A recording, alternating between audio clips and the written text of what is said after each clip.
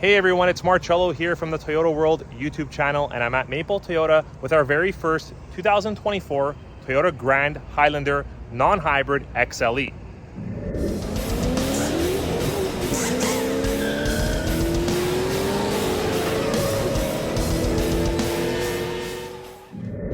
We're going to review all about this vehicle just ahead. Check out that beautiful front end. Love the large grille. That's the in thing now, is the large grills with a lot of the manufacturers, and Toyota is definitely on that one. I think they hit it out of the ballpark with this design. I think it flows very nicely. With regards to the XLE grade, there's a couple things that are missing from it when comparing to a non-Grand Highlander, but then there are a couple things that you gain, so it's actually pretty cool. Let's get into the review. All right, moving right along. This is the non-hybrid blueprint 24 Grand Highlander, and overall it's quite larger than the non-Grand. I'll get to the exact specs in just a second, but from wheelbase compared to the wheelbase of the non-Grand, you've got 165 millimeters longer here on the Grand versus the non-Grand. Completely different styling, although Toyota did share the same seating upholstery layout. I'll show you what I'm talking about in just a sec.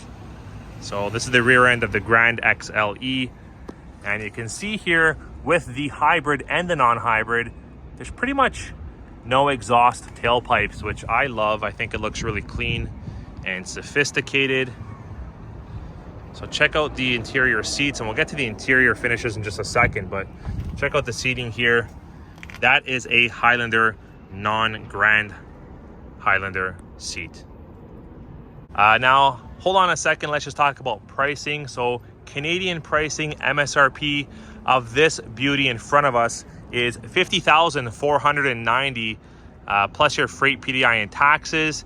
And if you're okay with spending about another $7,200 plus taxes, you can actually get your hands on a limited grade Grand Highlander non-hybrid, and it opens you up to a whole new ride of features and capabilities.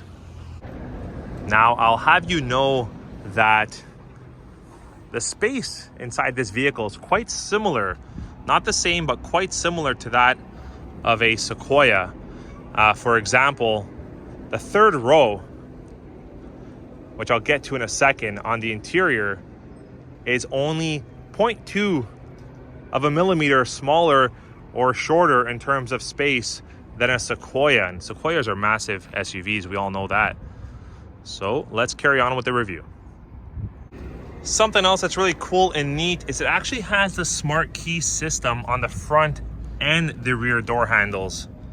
So you can actually lock or unlock the vehicle all without the key in your hands for both rear passenger and front passenger or driver of this Grand Highlander. Now, as for alloy wheels, you get these very simple styled 18-inch silver alloy wheels, which do complement the body nicely. It's an all-new style, all-new design. Haven't seen this on any Toyota before. And under the hood is a 2.4 liter four-cylinder turbo. Puts out about 265 horsepower and 310 pound-foot of torque, which is definitely enough to haul this kind of SUV. Now, on the interior side of things, it's a little bit more on the simpler in terms of styling side when compared to something like a limited grade 2024 Grand Highlander. Check out my limited grade review. You can see the interior differences. You do have some nice characteristics and styling finishes here. You got like a little bit of a brushed silver or gray, kind of like a gunmetal finish that follows out throughout the interior trim details of the vehicle. And as I mentioned earlier, it does come with the latest multimedia featuring wireless Apple CarPlay, wireless Android Auto, cloud-based navigation capability, and so on. And this is a 12.3-inch touch screen with optically bonded glass. So that's actually standard on all of these multimedia systems now for 2024 on the Grand Highlanders. And basically what it is, it's kind of like a glass that is bonded to the multimedia and amplifies the HD effect or the clarity that's being portrayed out through the system. Over to the left, you've got a 7-inch wide multi-information display screen system and cluster, which houses a lot of your settings and customizations with regards to the vehicle setup. It is also your RPM gauge, you can say, being that this is the non-hybrid equivalent for the Grand Highlander. You can toggle through a lot of your multimedia system setups. You can also toggle through some of your trip timers. You can adjust some of the safety features on the vehicle and settings. And if I didn't already mention, this vehicle does have the Toyota Safety Sense 3.0. Taking a look at some of the grandness, if that's a word, on the interior, you've got a lot of large compartments here. You do have a removable tray just in the center. You do have your 12 volt here for your charging. You do have a lot of different drive modes and features. You've got your traction control, you've got your snow button, you've got your downhill assist, you've got your electronic parking brake, and check out the size of these cup holders here. You actually have room for like a large thermos just at the very front of these two cup holders. You've got your wireless phone charger, you've got 2 more USB ports here, and then you've got your push button start, which is differently positioned. Typically for our Toyota vehicles, the push button start is somewhere around here. This is something similar to what Toyota has done with the Venzas, I should say.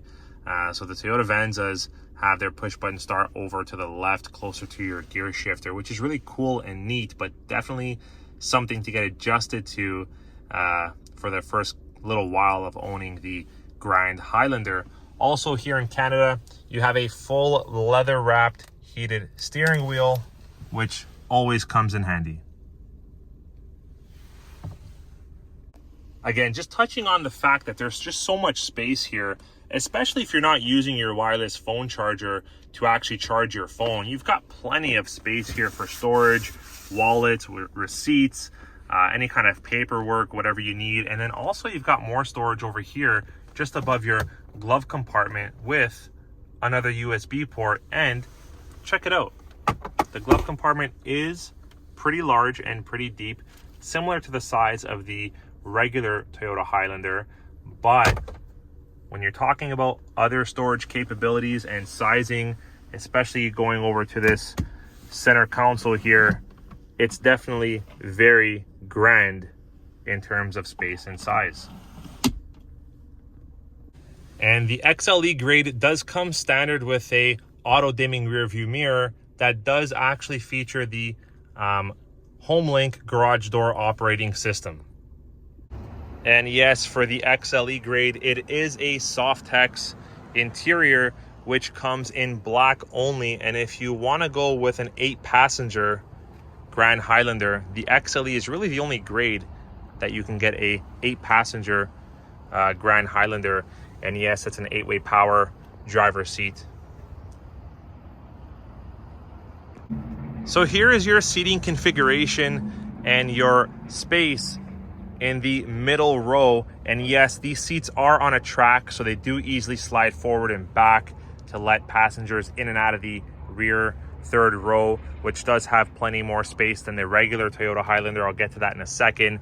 But I was sitting in the front of that seat. I'm about 6'2", 6'3", and you can see there's plenty of space for a passenger behind that front seat.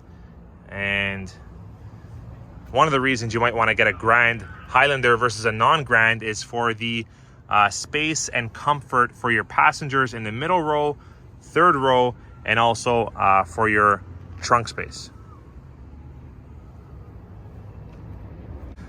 And although I'm surprised to say that the XLE grade does not have a power moonroof, Typically for anything XLE, for the Toyota lineups, when you're talking about Camrys, Corollas, RAV4s, they typically do have a power moonroof. But for the Grand Highlander, they've saved that to the limited and platinum, and you get actually a panoramic moonroof, which is great. But here, this is something that's not very XLE grade in terms of packaging from Toyota. I've never seen something like this on an XLE. This is the rear privacy shades for the kids, for the privacy.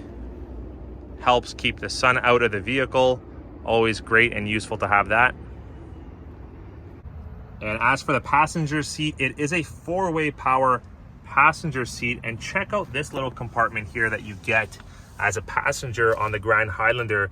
You can tuck away your keys, your cell phone. Really cool. Lots of space here on this Grand Highlander.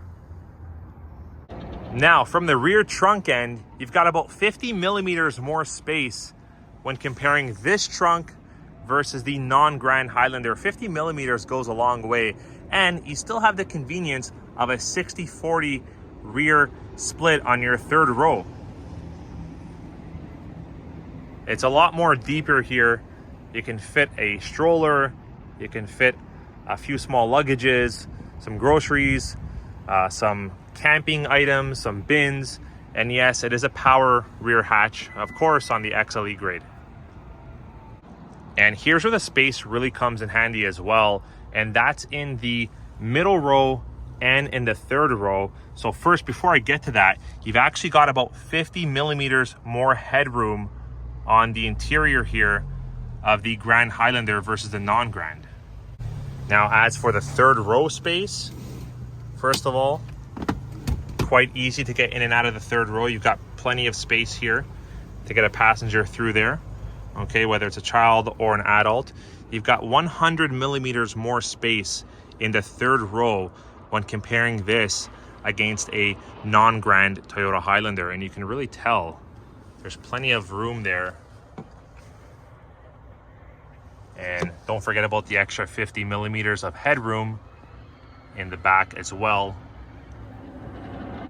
And do you have any more space in the middle second row on the Grand Highlander versus the non-Grand? Yes, you've got another 50 millimeter space in the middle row configuration when comparing the non-Grand to the Grand. So 50 millimeters in the second row, 100 millimeters here in the third row, and another 50 millimeters of space back there in the trunk area, all come in handy and add up. Well, everyone, that's a wrap on the 24 Grand Highlander non-hybrid review. A couple surprises, no sunroof, but you get some other cool goodies and added features that you normally wouldn't get in the non-Grand Highlander. Hope you enjoyed the review. Leave a comment down below if you have any questions. We'll catch you on the next one. Take care.